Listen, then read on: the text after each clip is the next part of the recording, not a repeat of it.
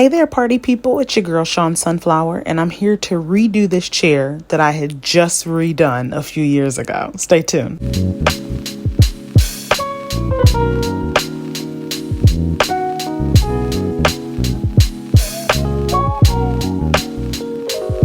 I got this office chair from the thrift store a few years ago, and I covered it in this cute pink furry fabric as well as spray painted the legs gold, but over time the fabric got dingy and matted, plus I got a puppy and he peed on the fabric, so I ended up having to redo it. The spray paint on the arms and the legs started to rub off quite a while ago, so what I did this time was I sanded it to actually give the spray paint a surface to adhere to.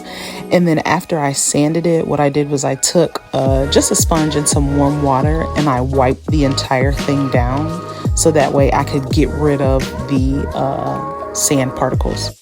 I grabbed this spray paint from Michael's, and while it did give good coverage, it wasn't quite the color that I was looking for.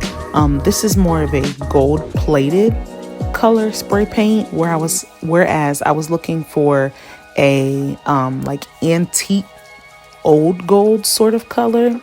So I ended up spray painting the whole entire chair anyway, and then I went back and I grabbed this spray paint that I used before from Target. This is actually the color that I wanted, and I just used the other spray paint pretty much as a primer, which worked out perfect, and it gave me the color that I was looking for to match my fabric.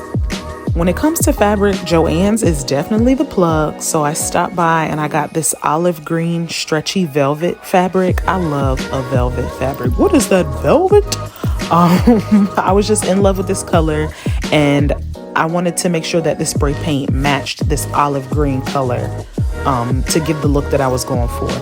I'm not even gonna hold y'all. This part was the hardest because I had to resituate the fabric multiple times, and I had to cut it in different places. Not to mention the furry fabric really hides a lot of the imperfections. Like these sides here were really difficult to lay down, but all in all, I'm satisfied with how it came out.